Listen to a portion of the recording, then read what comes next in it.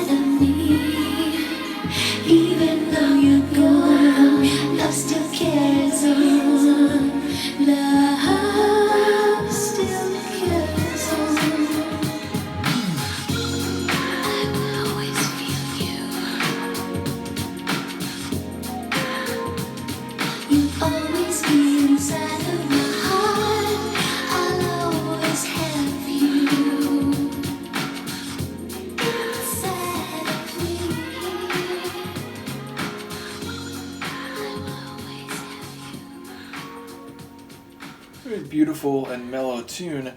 I do wonder. I feel like some of the lines you could read them in different ways, but it sounds, at least on one interpretation, like the other person has passed away, and so she keeps a picture of him by her bedside, so when she wakes up feeling worried or stressed or so on, he's watching over her.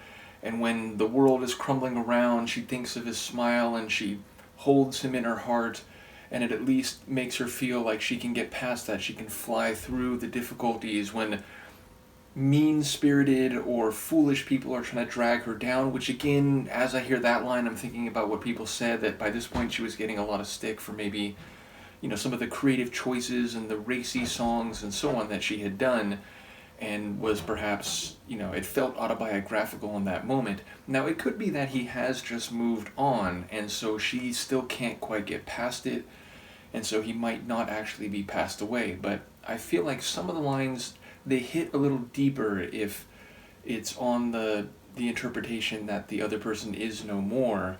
So yes, it feels like she'll always have him, would have a different meaning if he is out there with somebody else, or if he unfortunately passed away early and she's still, struggling and trying to cope with it. Which, that line about, she tries to act like she doesn't care outside in public, that maybe feels like he is still around. But of course it could be just like, no, I'm fine, don't worry about it, I'm great, like, it's not a big deal. And then she's crying when no one's looking. But I admit that part of it feels more like he's probably still alive, and she's just trying to pass it off. It's like, well, things come to an end, it's not a big deal, but she's really brokenhearted about it. So, yeah, again, I think there's some parts that you can take in different ways. That did make me think of a song by Operation Ivy, which is a weird sideways connection, but they have a song, Smilin', which the main refrain of the chorus is smiling when your friends are watching, which suggests an insecurity. It suggests the desire to project confidence when maybe you're not really feeling it, and I think that concept is imbued in that part of the lyrics. So it's a sweet song, it's a sentimental song, but there's a lot of pain at the heart of it, obviously.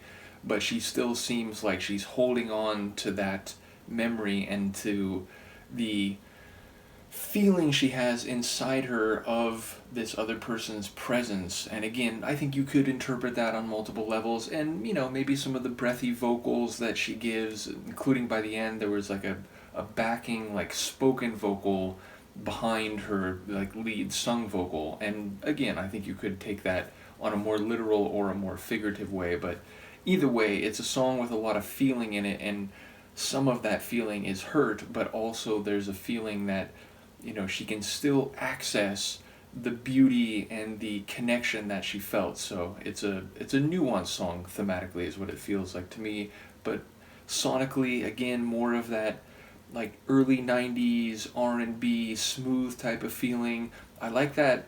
I don't know if it was like a pedal or an effect, but there was that sort of like almost psychedelic or echoed guitar line where it was just like a strummed chord or something, but it would sort of float into the background. It would echo after a moment of its arrival, so I enjoyed that element in particular. But yeah, a smooth and mellow tune with maybe a bit of heartbreak at the heart of it. Do let me know what you think, Luca, and I will see you next time. Peace.